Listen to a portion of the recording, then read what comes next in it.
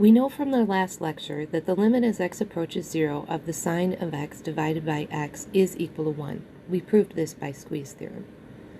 Now we could consider this. What would happen if we take the limit as x approaches 0 of the sine not of just x but 3x divided by x? What could we do in this case?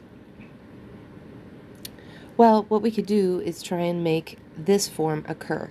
So when you take the sine of the argument and divide by the argument, you get 1.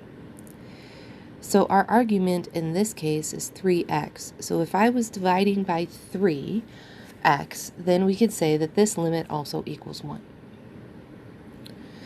Now that's fine. I can multiply the denominator by 3, but don't forget you're going to have to multiply the numerator by 3. Then we could say this is the limit as x approaches 0 of 3 times the sine of 3x divided by 3x. Then using the properties of limits, we could split this up. This would be the limit as x approaches 0 of the number 3 times the limit as x approaches 0 of the sine of 3x divided by 3x.